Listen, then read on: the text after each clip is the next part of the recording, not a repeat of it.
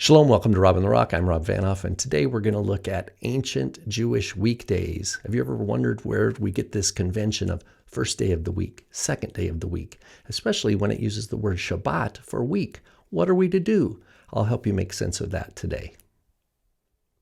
Okay, we're going to look at the days of the week in the ancient Jewish expression.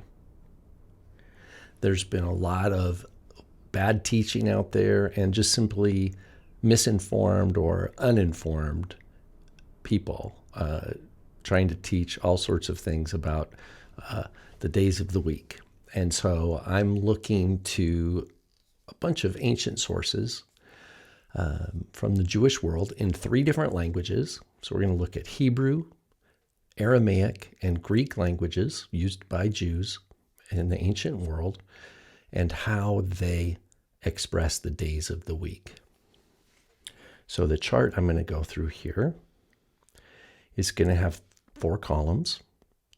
On the far right, we're going to have the rough date, the rough century of the source.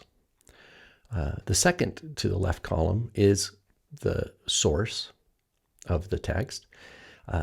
Then the big column kind of in the middle is the expression itself. We're going to look at the specific expression in that source, and then we're going to look at the translation of that. And the first we're going to look at is 2nd century BC.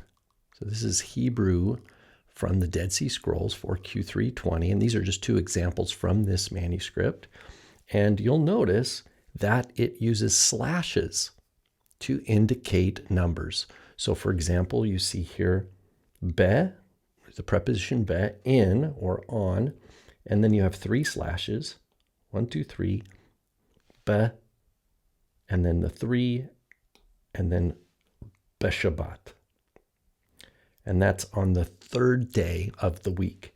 Then again, we have elsewhere in the same manuscript, we have be, and then 3 slashes, and then 1 back the other way for Shabbat, the 4th day of the week.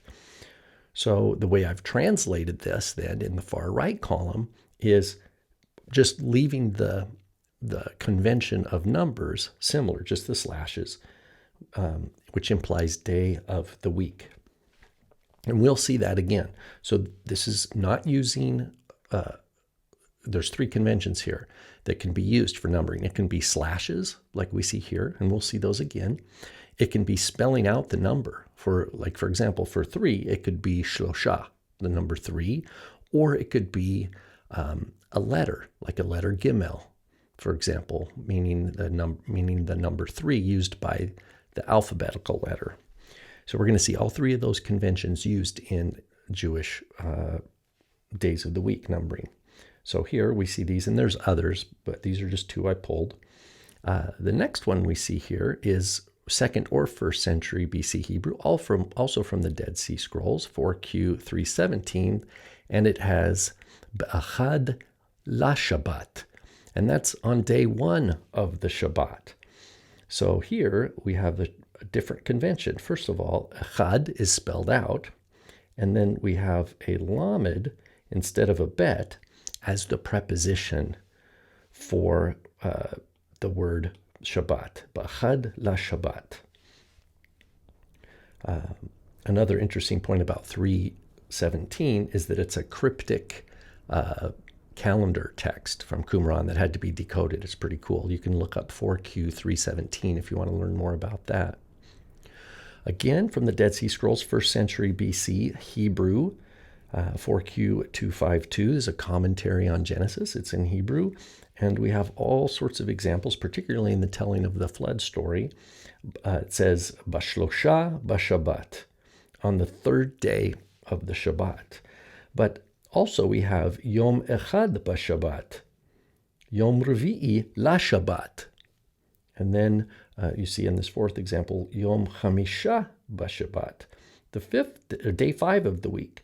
So even in this one manuscript, this is a single manuscript, 4Q252, we have different conventions. You can just have the number, Shlosha Bashabbat, or you can say Yom, if you like, Yom Echad Bashabbat. They are saying the same thing. Of course, the number of the day is different.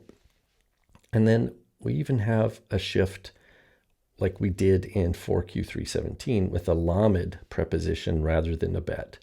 So what do we learn here? First is that this convention is not fixed. By the first century, there's no one fixed way to express days of the week. Sometimes it could be the number spelled out. Sometimes it could just be slashes. The word Shabbat could have a bet in front of it, ba Shabbat, or a lamed, la Shabbat.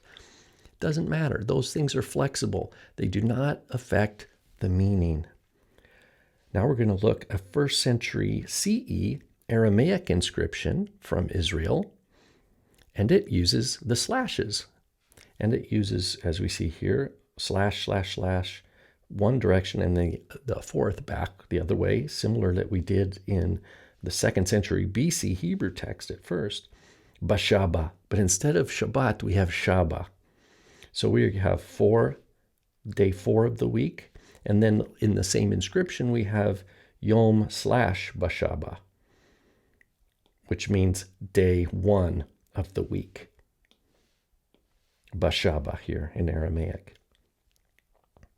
Now, looking ahead, we have some other inscriptions we're going to look at here from the Negev, specifically, 4th to 5th century CE now, in Greek and in Aramaic, in Zoar is the name of the place. We have Greek and Aramaic inscriptions. Notice one says, Hemera Sabbatu Gimel. Hemera Sabbatu Gimel. This means the day of the Sabbath Gimel. And that's the convention for day 3. So here it's using a Gimel as the number 3. The Gimel, or technically in Greek it would be called the gamma, is the 3rd letter of the alphabet, and so it's using the gamma. And it's true at this. This is a cemetery. A lot of the headstones use Greek and or Hebrew letters to represent numbers. It's kind of an early form of gematria. So Hemera Sabbatu Gimel means the day of the Sabbath, the 3rd day of the week. But also in a different inscription in the same cemetery, we have Deutera tu Sabbatos, which is the 2nd day of the week, 2nd day of the Sabbath. So here it means week, just like it does in all these forms. In this same cemetery, we have Aleph Bashaba. Aleph Bashaba. And so the Aleph here is the number 1, Bashaba. And this takes us back to what we saw in these inscriptions here, Bashaba. So it's still in the same context. It's using the words Shabbata, which softens to Bashaba, first day 1 of the week. And then finally, even in the same cemetery, we have it in Greek, En Hemera Pimpte tu Sabbatos, on the 5th day of the week. It's telling what it's the overall convention here for the headstones is to describe the day that this person died. And so it tells what day of the week. Often, if the inscription survives in its entirety, you can see what month it was. And sometimes it says how many years it's been since the destruction of the temple even. So that's what we're seeing here. Again, so 4th, 5th century CE in the desert, in the Negev in Israel, in Greek and in Aramaic. Another source we can look to, literary source, is the Greek translation of the Torah. In late antique times, I'm not going to put a specific date on this aspect, but we do see the heading of Psalm 47 as Deutera Shabbatu, the 2nd day of the week. And for Psalm 93, we have Tetradi Shabbaton, the 4th day of the week. Now notice here, we have the genitive plural, whereas Sabbatu is genitive singular. It's just a convention that is not strictly adhered to. Psalm 47 would be Psalm 48 in the Masoretic tradition, and Psalm 93 is Psalm 94 in the Hebrew tradition. And these parallel what we learn from the Mishnah in Masechet Tamid. At the end of Masechet Tamid, it's the Mishnah records the different psalms that were read on the different days of the week. And what we see in this Greek text of the Septuagint is that indeed the rabbis have this same tradition, that on the second day of the week, that is on Mondays, Psalm 48 was read. Of course, here it's called Psalm 47. And on the fourth day of the week, which is Wednesday, Psalm 94 is read. So this is a place where the Greek tradition agrees with the account recorded in the Mishnah. Continuing on, we can look at rabbinic texts such as the Mechilta. It's late antique Hebrew, so it's probably before the rise of Islam that this text was compiled, and it uses ba'achad b'Shabbat in one place, b'chamisha b'Shabbat, and what this means is on day 1 of the week or on day 5 of the week. If that's not enough, we can look to a source from Mesopotamia, the Babylonian Talmud, also called the Bavli. This is, whereas the Mechilta is in Hebrew, the Bavli in the Gemara is in Aramaic. And we'll see phrases such as chad b'Shabbat. So here the Aramaic chad, it just means echad, it's just one, chad b'Shabbat.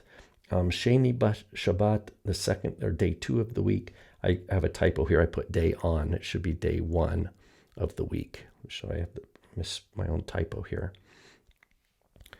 And there are many examples in the Talmud of this. These are just 2 I pulled. Another late antique source in Aramaic from the Jewish world is the Targum to the book of Esther. And we see actually each of the days of the week listed. I just put 3 of them here. Chad b'Shabbatah. Chad b'Shabbatah. That means day 1 of the Sabbath. But here, remember, Shabbatah means week. Day 1 of the week. Batalat b'Shabbatah. That's on the 3rd day of the week. And ba'arba b'Shabbatah on the 4th day of the week, etc. Another late antique source in Greek, preserved in the Christian tradition, is the Didache. Our earliest manuscript's 1,000 years old, but it's older than that. Some push it to the 1st century, and that's a mistake. It's not that old. There's many reasons why the Didache is at best 2nd century, Common Era, but it's enough here to see that it uses the Jewish convention here, where it says Deutera Shabbaton Kai Pempte, which means the 2nd day of the week and the 5th. So again, we see it, the convention used here.